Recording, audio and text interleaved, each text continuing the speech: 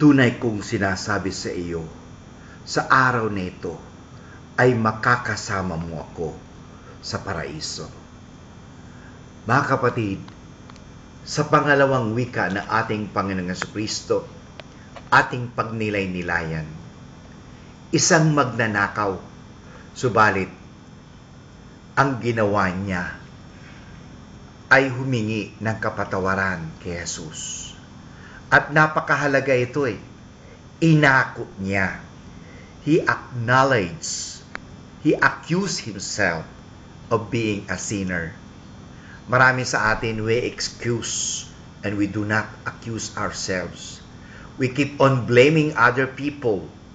Mahirap tayo kasi nanay ko, tatay ko mahirap. Mahirap tayo dahil ang gobyerno mahirap, nagpapahirap. We keep on blaming. But may I ask you, what are you doing? Do you acknowledge yourself? Tulad ng isang magnanakaw nito, tinanggap niya ang kanyang mga pagkukulang at kanyang kasalanan. Aminin mo po. Ang napakahalaga kasi sa atin hindi natin inaamin. Aminin po natin. May mga pagkukulang tayo. Aminin natin. Sa pangalawang wika ng Panginoong Jesucristo, inamin ng magnanakaw ang kanyang pagkukulang at pagkakasala. Inamin niya na wala siyang magagawa. Dapat hindi tayo self-centered Ang kadalasan ginagawa natin mayroon akong magagawa. Ako ang may-ari ng aking buhay. Hindi po. Ang Diyos ang siyang maglilikha. Siya ang gumawa sa iyo, hindi ikaw ang gumawa sa sarili mo. Kaya nga, dito sa pangalawang wika ng Panginoong Jesucristo, tularan natin yung salarin, yung kriminal.